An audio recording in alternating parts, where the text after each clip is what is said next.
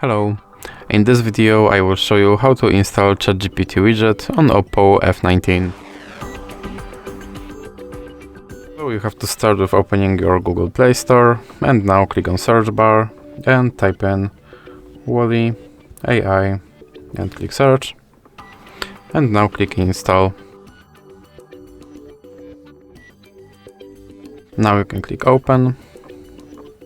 And here click this button to skip introduction and now click open permissions and select AI assistant from this list and then click here to allow this app to display over other apps.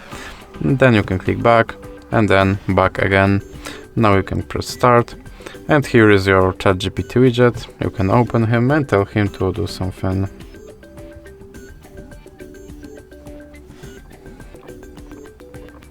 And as you can see, he responded. And if you want to remove him from your screen, just drag him into the X icon in the middle. So that's it for this video. If you liked it, please remember to leave like and subscribe.